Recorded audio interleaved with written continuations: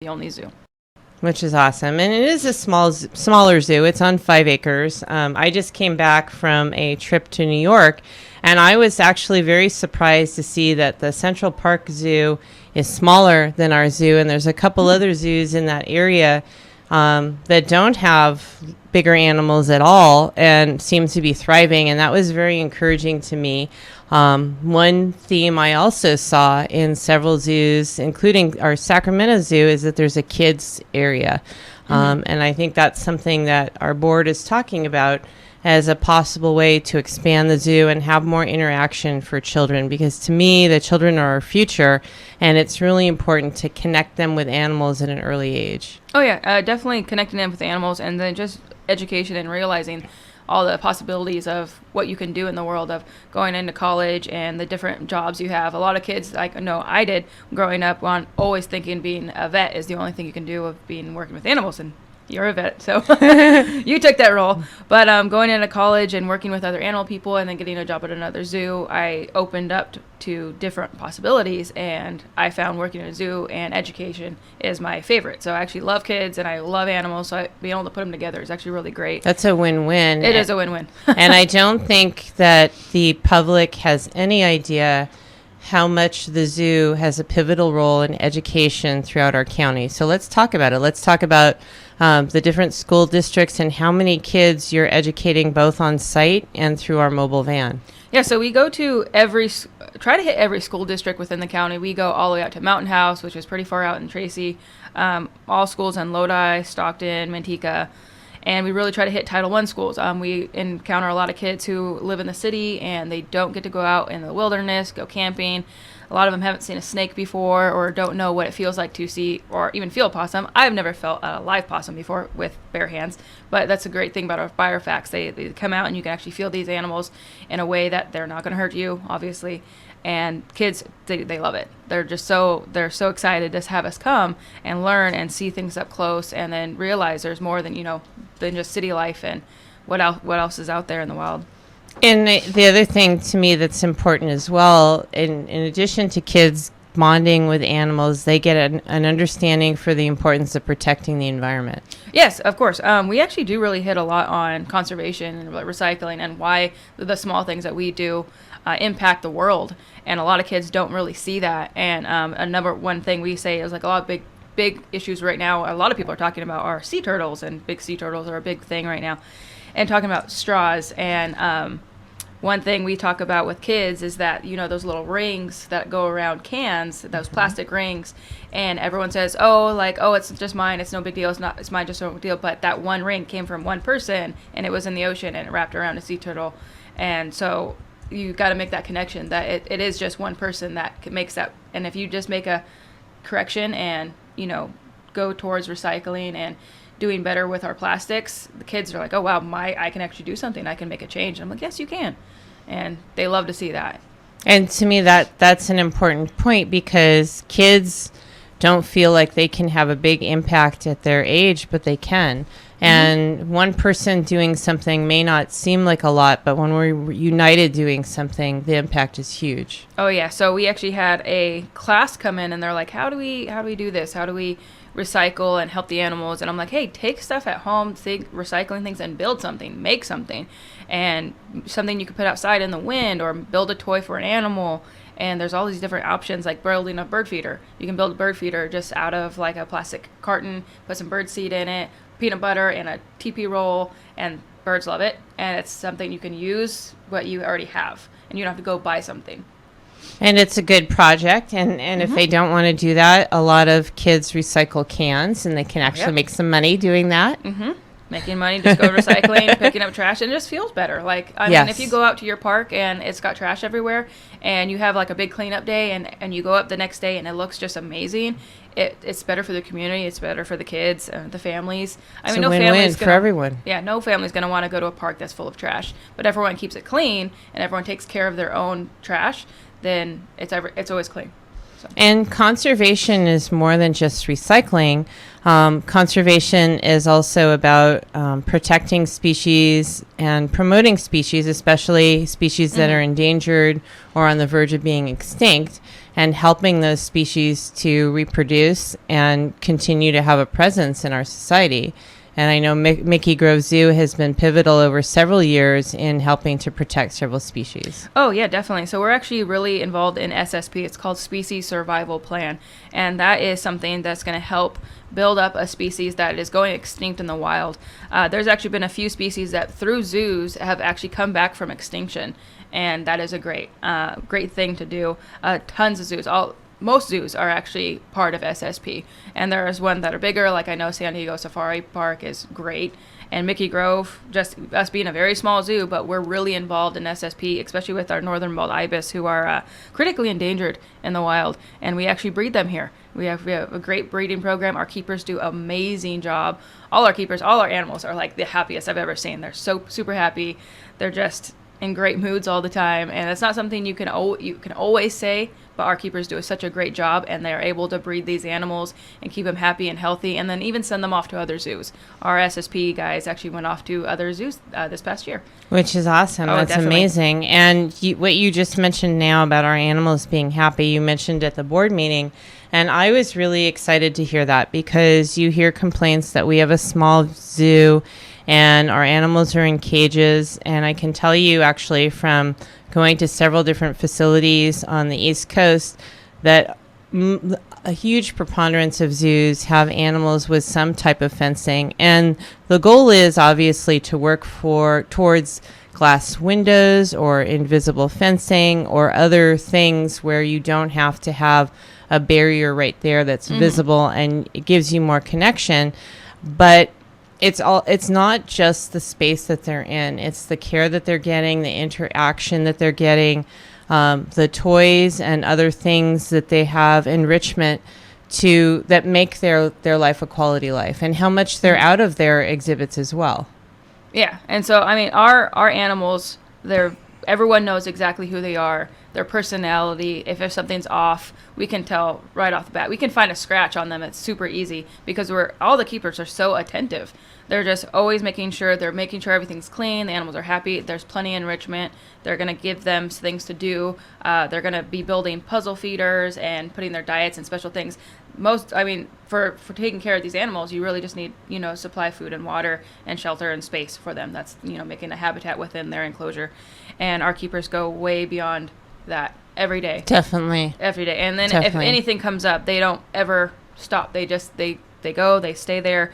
If they have to stay an extra hour, it's no big deal. They never complain about it. They just keep going because the animals come first. And I don't know the keeper's name that is in charge of the snow leopard, but I was watching her interact with Trina, and it was so cute. They were playing hide and seek, and they do that as a ritual, and that went on for a good 5 or 10 minutes before she took her in for the evening. And it was so cute, the rapport that they have and how happy both of them were. Yeah. No, so like our snow leopard is great, and a lot of people always ask, they're like, oh, why is she alone? Well, they're solitary animals. They're not normally found living with another mate. They'll have cubs, but she doesn't breed right now, and so she's not having any babies. So she does great by herself. She has plenty of things to do. We give her a lot of enrichment items, and she has a great relationship with the keepers and anyone who really works there. She knows everyone. She's familiar with them, and she has that connection, and she also makes that connection with people. So people will come in, and then either she's a cat, so she sleeps a lot. But when she's not sleeping, she's usually pretty playful. And I have pictures that I posted recently of her rolling on her back and basking in the sun. And there were not a lot of the typical signs that you associate with them being stressed. I didn't see her pacing. She seemed happy. She was content. She was resting. She didn't seem agitated. I hardly ever see any of that with our animals. Our animals always have something to do, either people reaction or interaction and keep interaction, and also the tons of enrichment that they get, and the fact that that everything changes every day. So they come into their exhibit, and one day there's going to be a ball here and then a box here. And a lot of times we do put cardboard boxes out. That's easier for them because we know it's not going to hurt them. It doesn't have tape, doesn't have staples, nothing like that. And it keeps them very safe. And if they want to destroy it, they can. It's up to them. And that's something that I think a lot of viewers or listeners can relate to, because When people think of cats, they think of boxes. Yeah. And cats love boxes. They do. And It I doesn't don't matter know why. what size they are. Yes, it doesn't matter. Even It's just our a bobcat, huge he loves fascination. boxes. Like there'll be tons of times you'll be looking at, everyone will be looking for him, and they're like, "Where is he?" And he just pops his head out of his box, like, "I'm in my box," and you don't think he could fit in there, but he throws himself up, and it's adorable. That's awesome. So we can talk about him more, and I was going to ask you to talk about the Fusa. Okay, yeah, so both Bobcat and the Fusa are both boys. They're around the same age. The Fusa, he is our little destructive guy. He's adorable. He actually loves his jolly ball, and it is super loud. You can hear it from all over the zoo if he decides to play with that. And he kind of like hikes it underneath himself, and he chases it, and he hikes it and chases it. And just, I mean, these guys are all solitary animals. You're not going to see them with other animals in the wild. So for him, he actually had a brother, and for the Fusa, I'm talking about the Fusa, he actually had a brother, and he went to another facility. They separate them at a certain age when they start, battling. And so he's at another zoo, and and the Fusa we have now, he's doing great. He knows his keepers very well, and I love his call. He gets super excited. We actually, over the summer, put ice in his back holding, just filled it up with ice, and he was making his call, and it's adorable. It's like this low trough, like, ooh, and then he goes, eh, eh. It's really hard to do, but I love it, and it's the most adorable thing. So people always are like, oh, is that a cat? Is that a dog? And they don't, and they're like, oh, and everyone either assumes it's a dog because he's got a longer nose, but he's got more of a cat-like face, but he's actually neither. He's neither of those groups. And he's more closely in the mongoose family, and he's elongated. He's the only predator on Madagascar, and everyone thinks, only predator on Madagascar, he should be a lot bigger, but he's actually pretty small. He's about 20, I think he's about 20 pounds. So that's fully grown.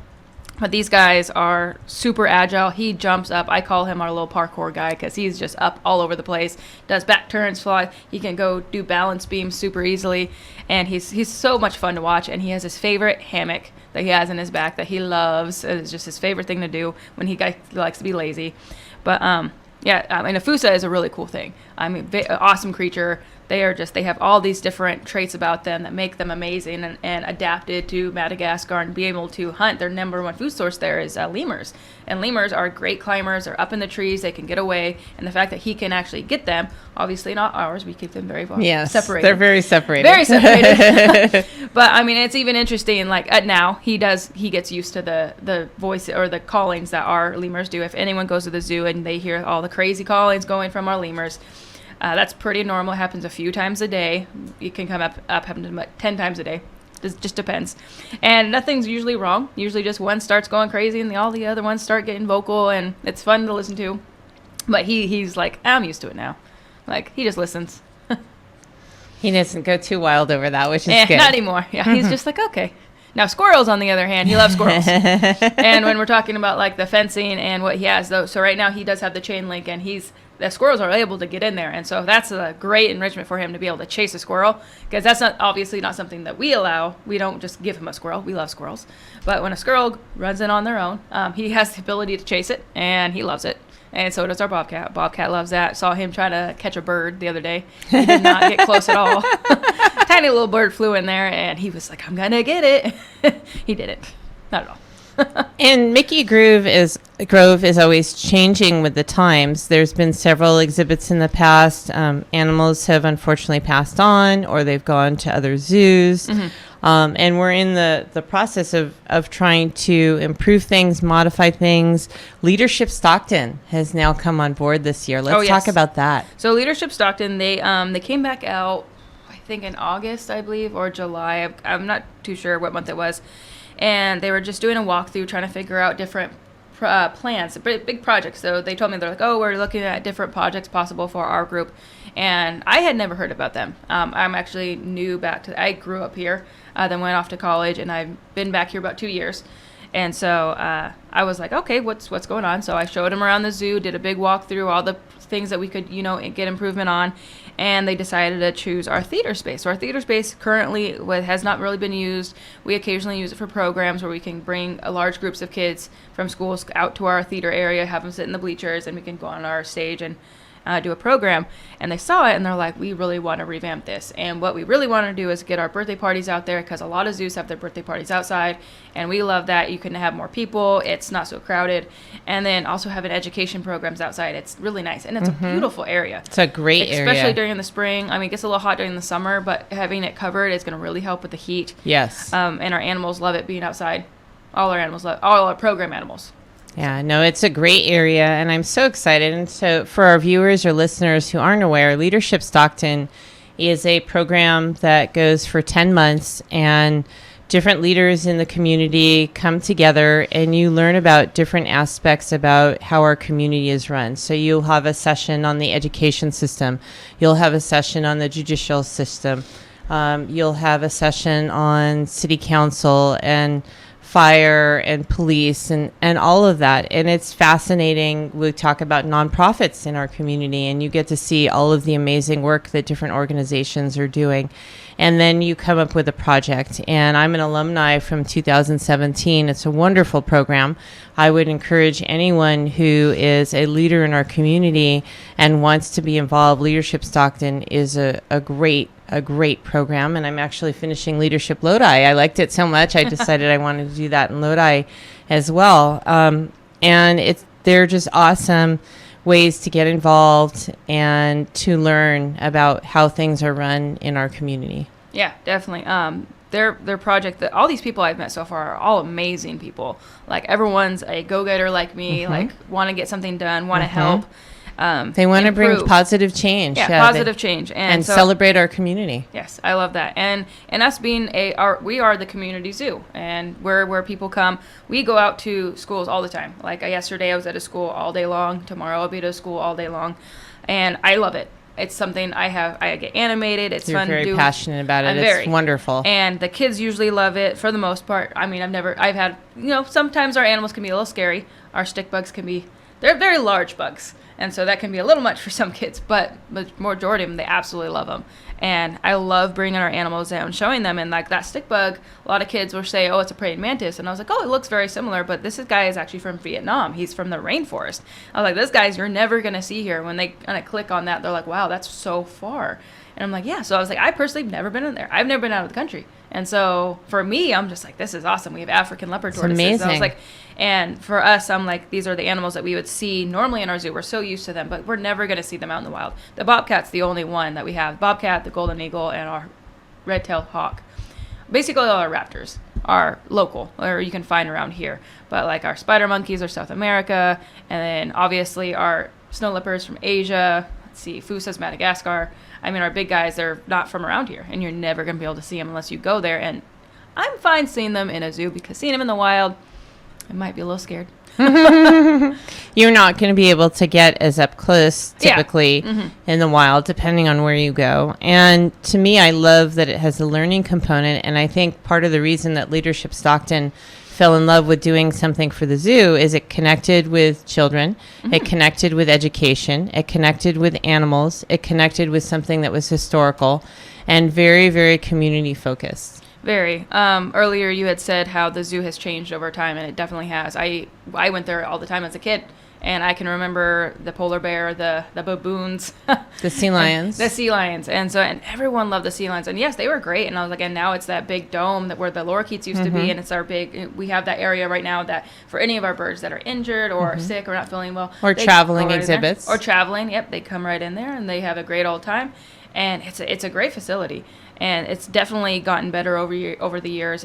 We really focus on like the species themselves, and they might not be huge species. Like the snow leopard is our largest animal, but we have great species there.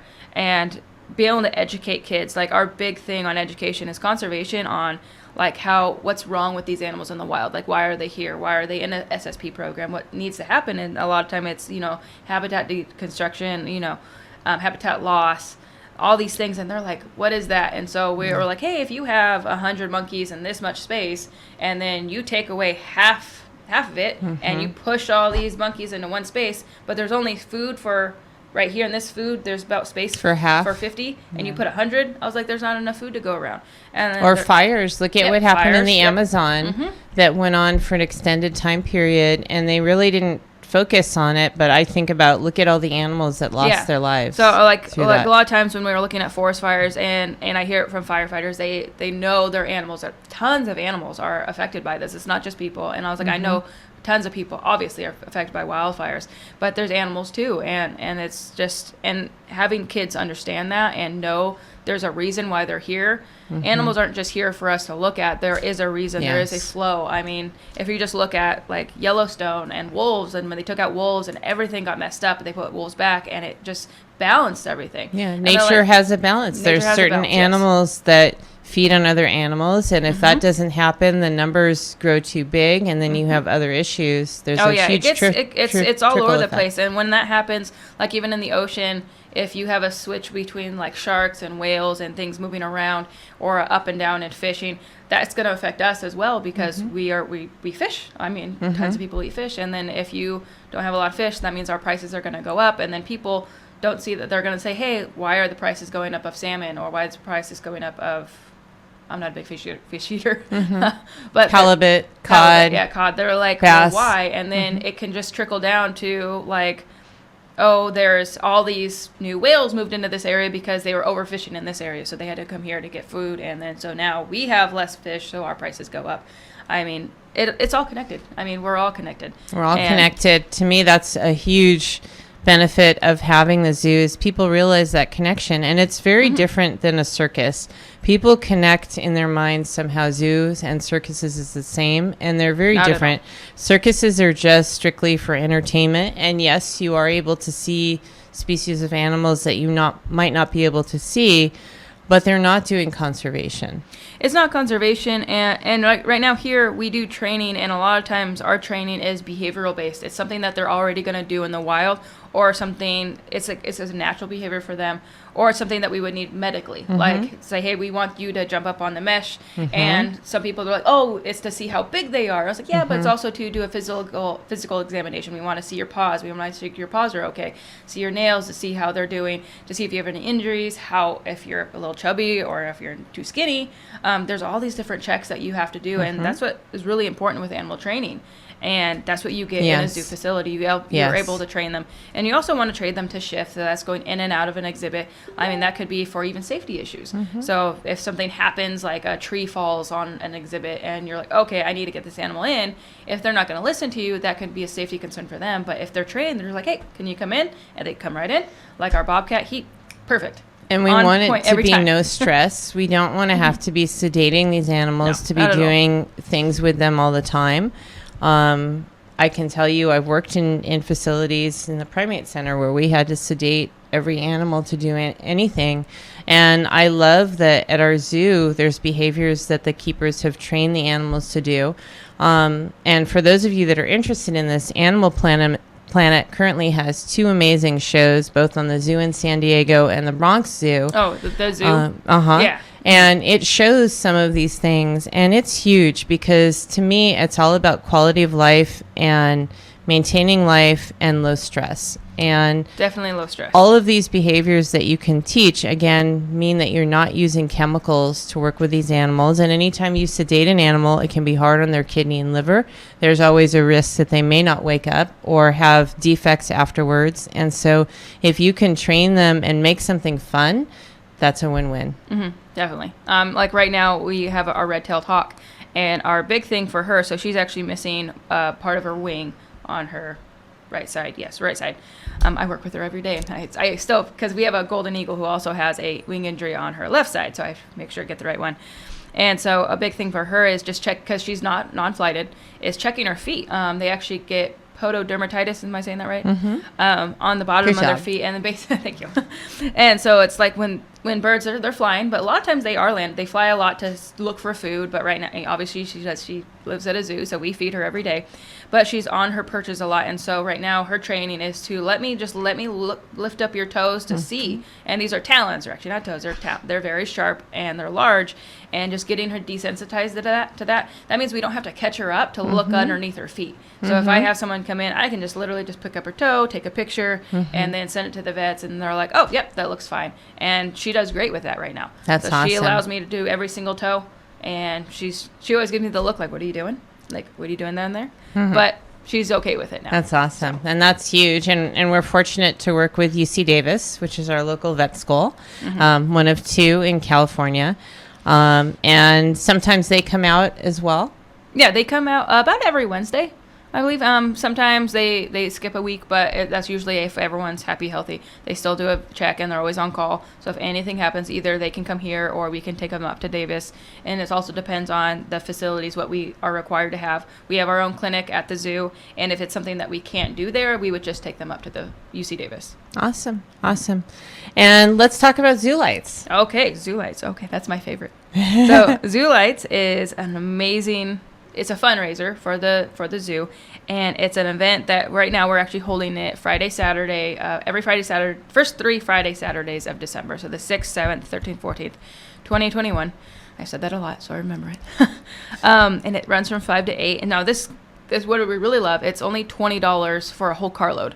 So it's $20 per vehicle. Huge values. Yes. And so if you have a family of 5, still $20.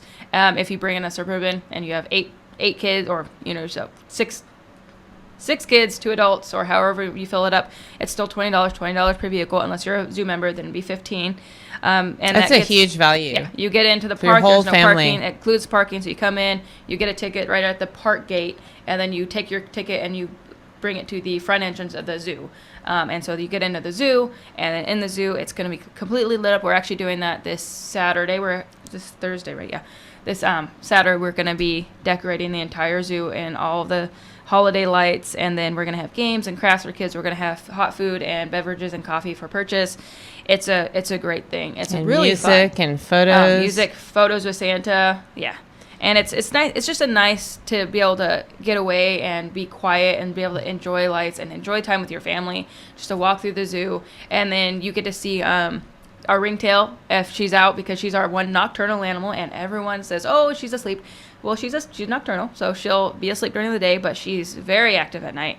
And that's our night events is something you can really see her at, and I love it. We actually have our Zoo After Dark events that are over in the summertime. And she is our main hit, so we all stop there and just watch her, because everyone who goes to the zoo says she's always asleep, and that is true. She's always asleep. She'll get up if our keepers are feeding her, or she'll walk around a little bit and go back to sleep. She's like, okay, it's bedtime.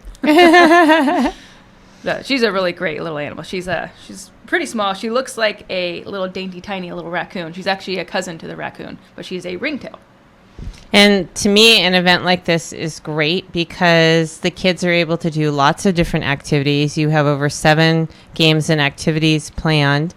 And it's just a wonderful family. It's up to 10 now. Yeah, we're trying to get games and crafts. We didn't want to overdo the crafts, so if the parents are carrying all this stuff, or like stuff the kids they can make to wear, some stuff that they can take to hang up at home for the decorations, and then also tons of games for them to play. And it's all holiday and candy. And candy. Yes, we have to have candy. We have to have candy. We will give that to the parents, and they can decide. And it's just fun. It's a great family-oriented holiday event, and it celebrates the zoo. It's a win-win for everyone. Mm-hmm. Yeah, and so any money that we make afterwards, that's what we always love our sponsors. Our sponsors are really helping us out by donating money and offsetting the cost, because the cost is pretty high. We do pay a lot towards running this event, and you and I both know because we both run this event. We've been very close the past few months. Lots of meetings. But it's okay. It's going really, really well. Yes. I love this event. I'm up and going, and it's going to be really great. I think it's going to be really great. And you mentioned sponsors. If any of our viewers or listeners would still like to sponsor this event, there is still the availability to do that. If you want to donate lights, we are getting LED only. We're trying to go completely LED. Yes. Because it's better for conservation. So if anyone wants to donate some lights to the zoo, you can volunteer. We're also looking for musicians as well. If you have connections with a school choir or other musicians that might like to volunteer their time for Zoo Lights, we'd love to have them. And they can reach out to me on Facebook, or they can reach out to me via my cell, 662-0039.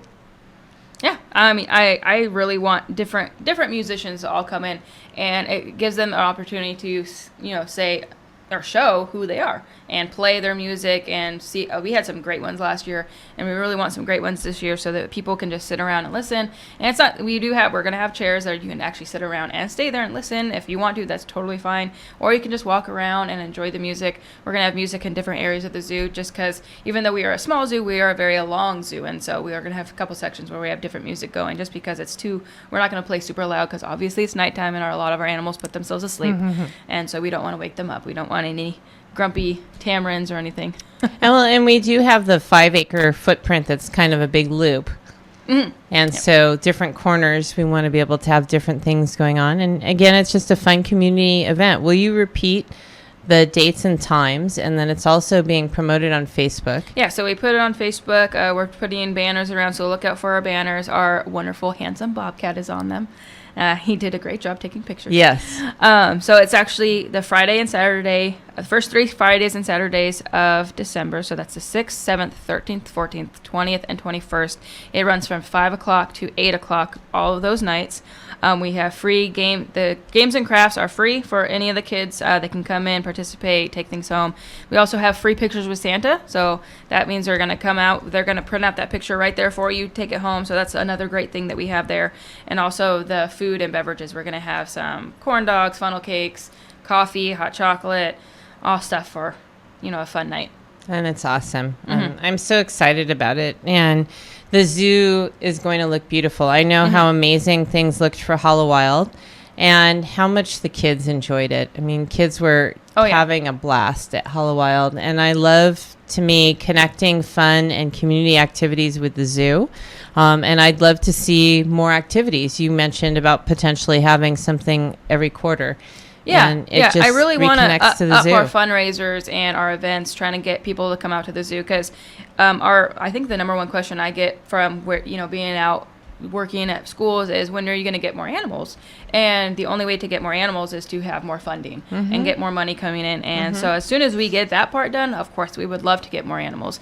I mean, I know our keepers do. We need more staff to be able to take care of them, because if you increase the animals, we have to increase the staff. And the vet bills. People don't realize they complain about vet bills and the for their dogs and cats, but they don't realize how much more expensive it is as you get exotic animals. Yeah, and so even every single one of our animals here gets an annual exam. So that's coming in blood work, x-rays, whatever it needs, just to make sure they're all doing happy and healthy, because these guys, they're not going to tell us if they're injured or not. They're going to hide that, they're going to hide because it's a protective mechanism. Thing. It makes them look weak. Even a dog might look fine, and then they just crash, and that's because it's their instincts to be, I'm fine, I'm fine, I'm fine. But a lot of us, if they're our pets, we notice the subtle things, because it's their personalities. They're with us all the time, and they're also a companion animal, and they're domesticated. But a wild animal is not going to exhibit those same signs. They're going to be, I'm fine, until they're not. And then at that point, it's pretty far gone. And so that's why these annual exams are extremely important, to see where they're at, so we can see the small changes, and we can catch things, and we catch things early. Yes. So if there's anything like in an older animal that has cancer, we can catch it really early. And so those annual exams are really important, but they are expensive. I mean, everyone knows that bills can get a little pricey, and since I believe we have 95 animals in our zoo, and everyone has to go to the vet, it gets a little expensive, but that's what we really want to hope, is that people understand that to just get more animals, we need to get more funding to cover those costs, cover the veterinary bills, the food bills, the staffing bills, even the housing bills. Even some of the animals that people would want, we'd have to build new exhibits, and that's talking about plumbing, electrical. There's so many more things to just building an enclosure. Definitely, and very well said. And not only that, but when you physically look at an animal, it doesn't tell you about their organ function. You don't know. Looking at an animal, okay, this animal has a kidney problem, they have a liver problem, they have an infection. You might have a suspicion that something could be wrong, because maybe they're losing weight, or they're drinking more, or they're urinating more, they're vomiting, what have you. But until you run lab work, it's not going to pinpoint those specific issues. And then you have to have very highly trained staff. Like, our keepers are great. They notice the smallest things, but that comes from training and experience. So it's not like, to be a zookeeper, you have to have those things. You have to be able to work with animals for a long period of time to figure out those do's and don'ts, like our tortoise, and if they have a tint in their urine, or the slight change of their feces, and like those small changes. we have to be able to catch those and to also document. So everything is documented at the zoo every single day. We have daily. So daily, every day, we log everything that happens with each individual animal, how they're doing, if they got enrichment, their diet, if they ate it all. And that can be very simple by logging the fact that this animal who normally eats 100% of their diet has only eaten 50% for the past 3 days. That can indicate something. Mm-hmm. And obviously animals can get a stomach ache just like us, and so they might be a little off put from their food for a couple of days and then they go back to normal. But it's always something to watch for because it could be an underlying problem. Definitely. Very well said. Let's talk about the role that our viewers or listeners can have in the zoo separate from just zoo lights. Let's talk about docents, other volunteer opportunities. So volunteers, so if for any age between 14 and 18, they can volunteer for myself at the education department. So the education department, we have all our program animals. So these are the animals that are actually off-site, or not off-site, off exhibit. The only one that's on exhibit is the red-tailed hawk. She is, if you guys see her, she's actually in between the ringtail and the black and white rough lemurs. And she is actually a program animal, so she'll come out. If you don't see her on exhibit, usually there's a little sign saying, hey, I'm out in the walk, we're at a program. So she's glove trained. But all the other ones, we have not radiated tortoises, those guys are exhibit animals. The African leopard tortoises, we have a blue-tongued skink, we have cockroaches, and Madagascar hissing cockroaches. They're the big guys. And these guys, these animals, they go out and they go to education programs. So that's the program animals. And so working as a volunteer there, you're working around those guys, you're cleaning, you're helping, you're doing events, you're helping with birthday parties, helping with programs. That's for education. And then on the zoo side, there's a few different volunteer positions, either going through our curator, helping out with behaviors, like watching animals, seeing what they're doing, and then also some filing, some office work, and also the keeper aid program, which I believe right now is kind of full, but whenever there's available time and they're able to take on a new keeper aid, they will help out with the keepers, with cleaning up the exhibits, making enrichment, raking around the zoo. Those are just all zoo side and education. And then we have docents. And so docents is, we actually have one of our board presidents. He runs that program, and it's a great program. So you actually go out into the zoo and you speak with guests. And that's something that's really great. It's getting that connection and telling people what you can't read on those plaques. We have plaques, it's informational plaques about the species, but maybe not about the individual.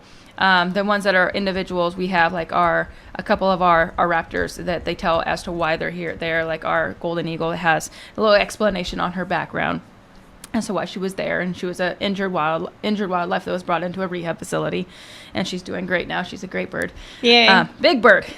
She's 10 pounds, and so this is a lot for a bird, because our hawk, which is about, I would say this big, she's 3 pounds, and so the golden eagle, she's big.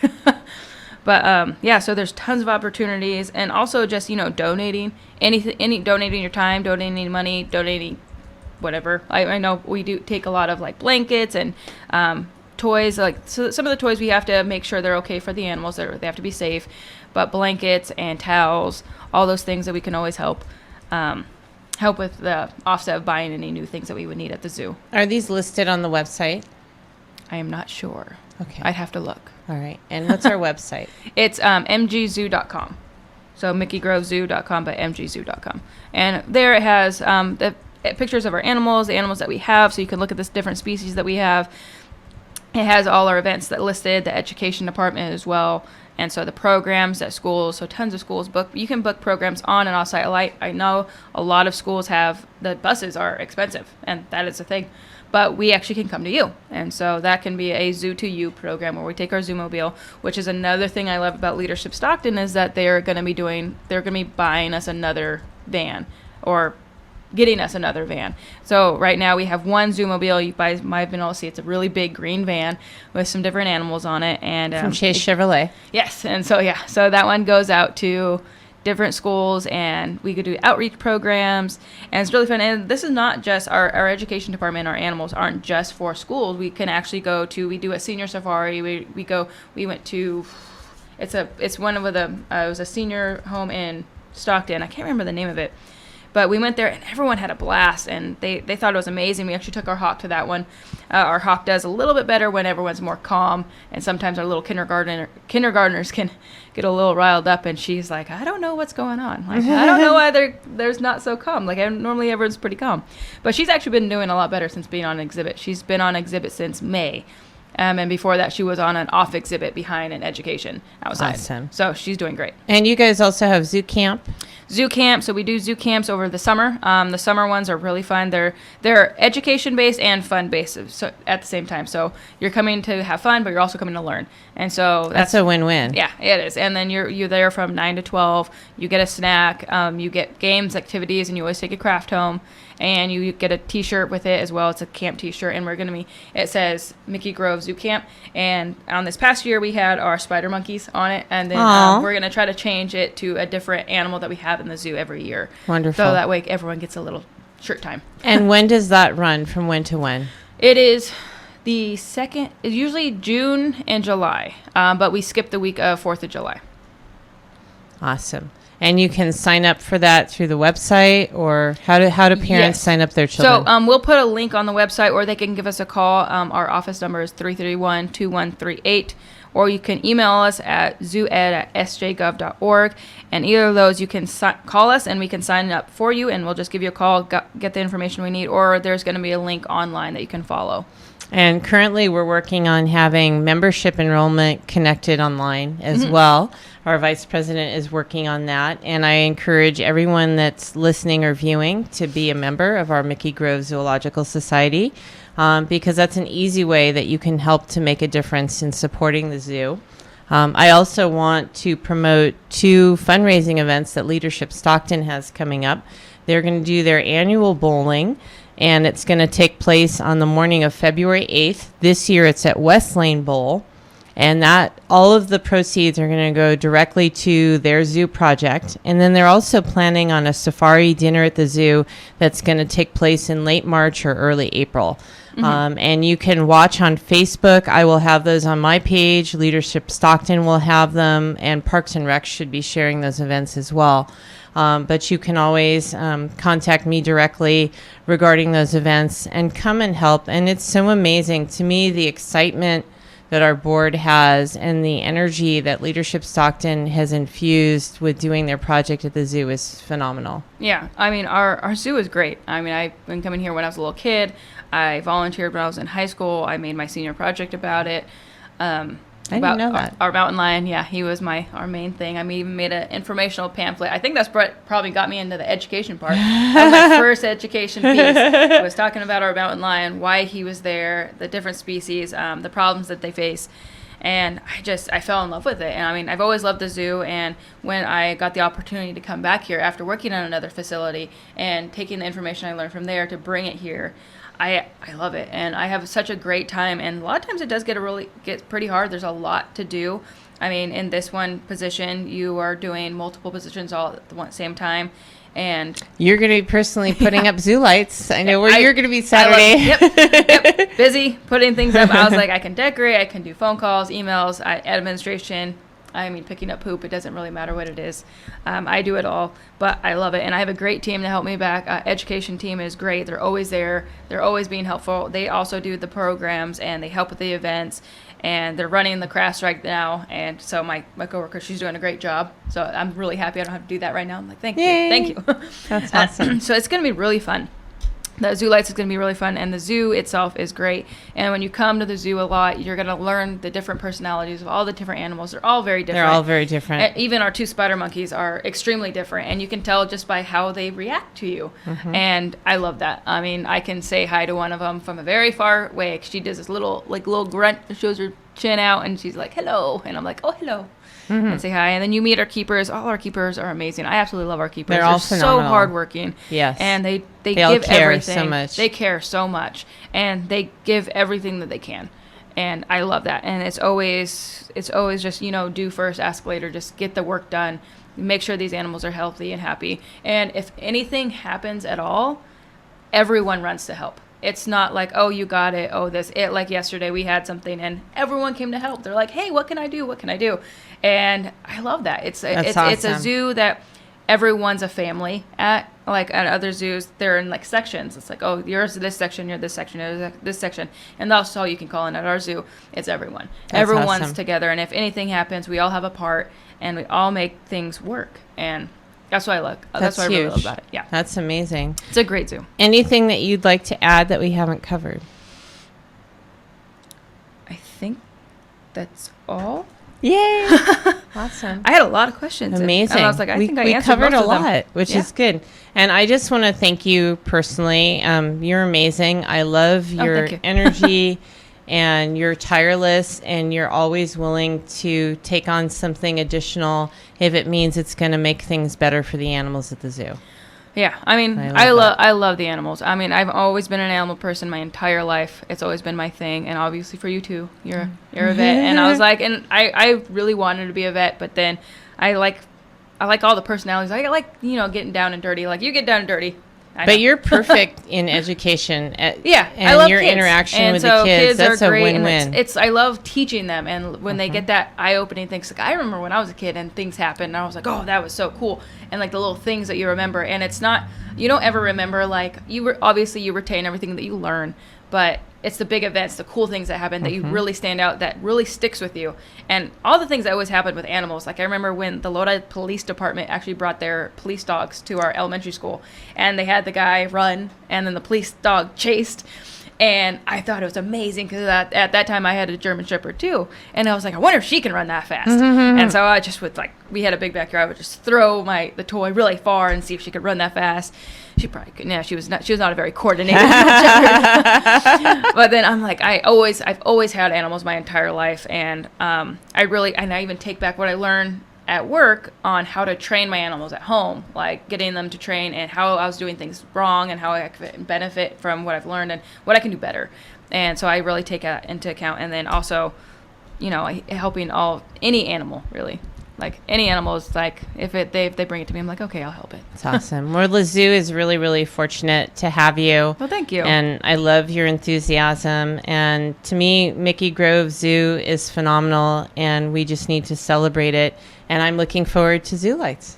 Me too. And I'm very thankful for you being with me this year and helping out. And this is your first year of Zoo Lights. It's only my second, so it's not so bad. But thank you so much for always coming out and helping. And you have so much on your plate. This is the person that does everything. And I don't know how she just handles it. And she's like, well, when I have time, I sleep. And I was like, oh, okay.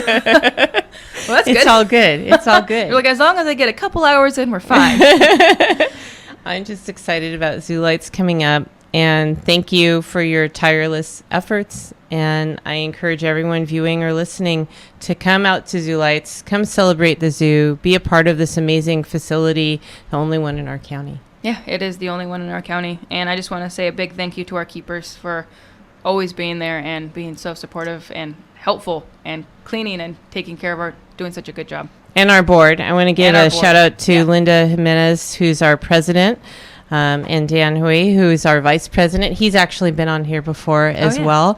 And Barbara and Michael and everyone else who's just working to make the zoo a better place. Oh yeah. The board has learned, like, I'm the crazy, not crazy, but really excitable. Let's go. And I love the board. Like, the board's they're always trying to do something. What can they do? And I love taking what they have, like all the experiences and what they know and ideas. There's so much stuff that I don't know still, and I take that on from them. I'm like, hey, what can we do? How can we do this? And they open my eyes to different things, and I really love that, having their support. That's awesome. And they're great people. And Judy with Parks and Recs, and Marcia with the county, and Sylvia. Hopefully I'm probably Nicholas. I'm probably forgetting someone in there. I'm really not great with all the names. I do my best. I'm kind of remembering kids' names for some reason, but when it comes to adults, it's really hard for me. It's all good. It's because you're so kid focused. That's excellent. All right. And with that, I'm going to sign.